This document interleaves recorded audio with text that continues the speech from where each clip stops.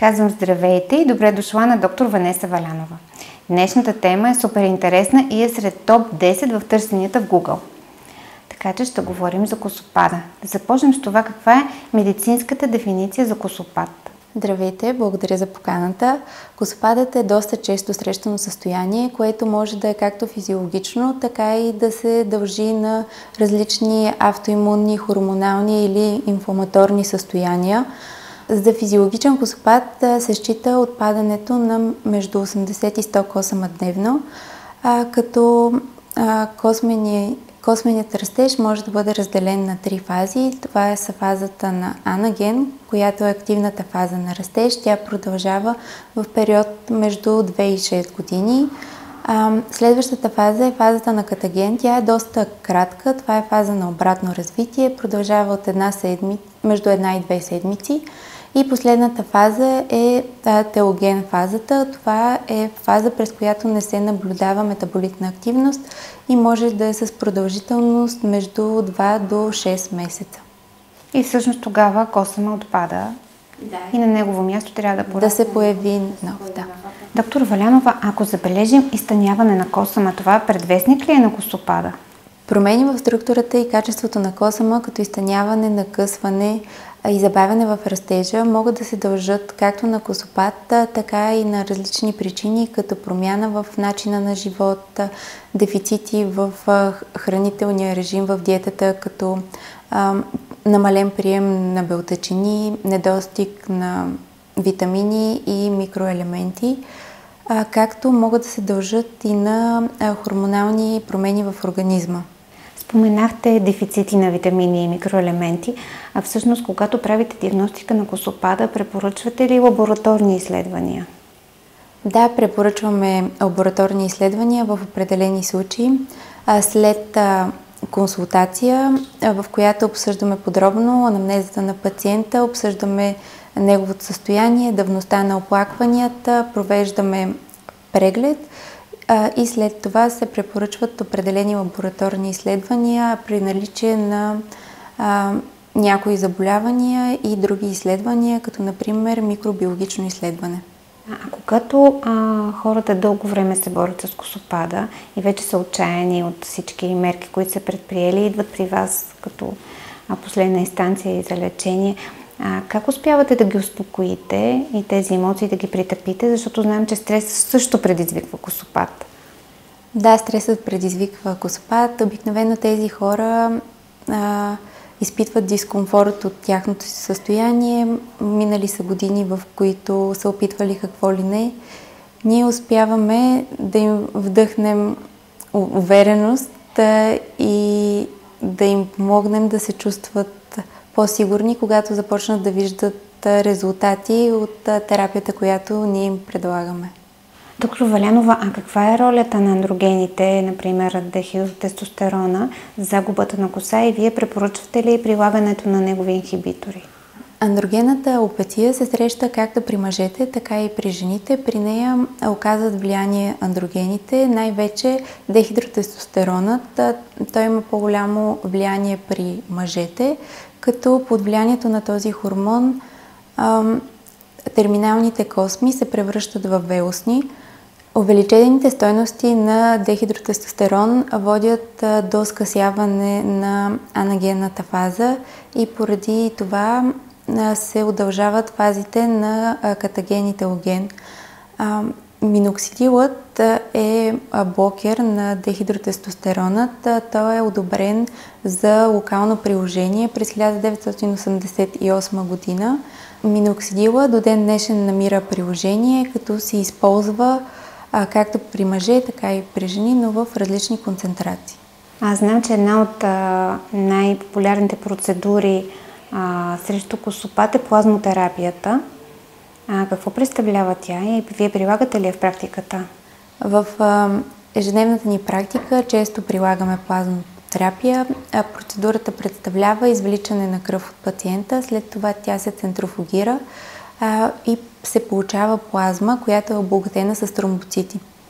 Тромбоцитите са богати на растежни фактори, поради което ние прилагаме тази процедура при състояния свързани с косопада.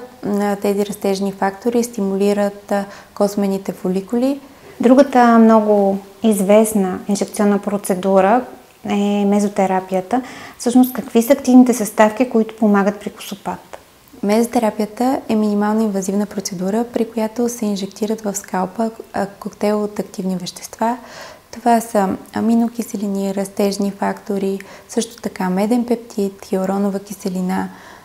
Те допринасят за подобряване на кръвообращението в скалпа, за стимулиране на растежа и подхранване на космения фоликул.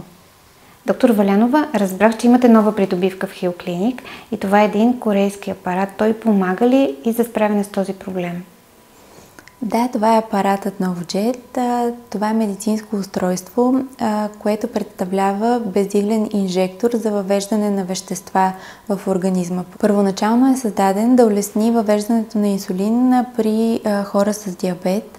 В последствие намира приложение в естетичната медицина за въвеждане на разтвори в подкожието. Предпочита се от пациенти с нисък праг на болка, както и при такива с страх от игли. С негова помощ въвеждането на активни вещества става равномерно и по-безболезнено. А колко време отнема терапевтичния план с NovoJet? Терапевтичният план с NovoJet не се различава от терапевтичния план с игла, просто при него ползата е за пациента. Терапевтичният план с NovoJet се определя от продуктите, които се въвеждат в подкожието и в скалпа. Едно от последните открития в медицината и естетиката са екзозомите. Дали те могат да имат приложение и при лечението на оредяваща коса? Да, прилагаме екзозоми при косопад. Екзозомите представляват транспортни молекули, които пренасят протеини, липиди и информационна РНК, които подобряват междуклетъчната комуникация и регенеративните способности. Те съдържат висока концентрация на растежни фактори и могат да възстановят увредени космени фоликули, както и да подобрят здравословното състояние на скалпа. Значи прилагате плазмотерапия, мезотерапия, екзозоми. Има ли други способи, които ви помагат? Да, също така прилагаме филър за коса, прилагаме и LED терапия. Това е ефективен метод за борба на косопада, както при мъже, така и при жени. Представлява комбинирана червена и жълта светлина, която подобрява кръвообращението на скалпа, стимулира растежа, забавя катагенната фаза. LED терапията превентира фазата на катаген, стимулира растежа на коса, също така подобрява здравословното състояние на скалпа, защото има противовъзпалително действие. Много е полезна при състояния като себореен дерматит и алопеция ареата. Също така при продължителна употреба се наблюдава и изгъстяване на космените фоликули. Доктор Валянова, а освен процедурите, които вие провеждате тук и лечението на косопада, могат ли пациентите да подпомогнат процеса, като взимат нещо вкъщи? Да, разбира се, подходът трябва да е цялостен и трябва да е, освен процедурите, които прилагат при техния дерматолог, терапията да продължи и вкъщи. Понякога назначаваме медикаменти, но по-често е достатъчно прилагането на витамини и домашна грижа, които включват подходящи шампуани, серуми в домашни условия. Вие препоръчвате съответната домашна грижа с подходящите за пациента продукти. А всъщност има ли значение как се мие косата, как се суши и как се срезва? Разбира се, че има значение. Добре е косата да бъде измивана с деликатни и подходящи за състоянието и продукти, като се препоръчва двукратно измиване с шампуан. Измиването с шампуан трябва да е двукратно. Разресването е добре да бъде внимателно, за да няма накъсване на космите. Също така е добре да се избягват агресивни термични процедури, стегнати, прически, както и многократно и често боядисване на косата. А има ли място масажа на скалпа в грижата за хубава, здрава, лъскава коса?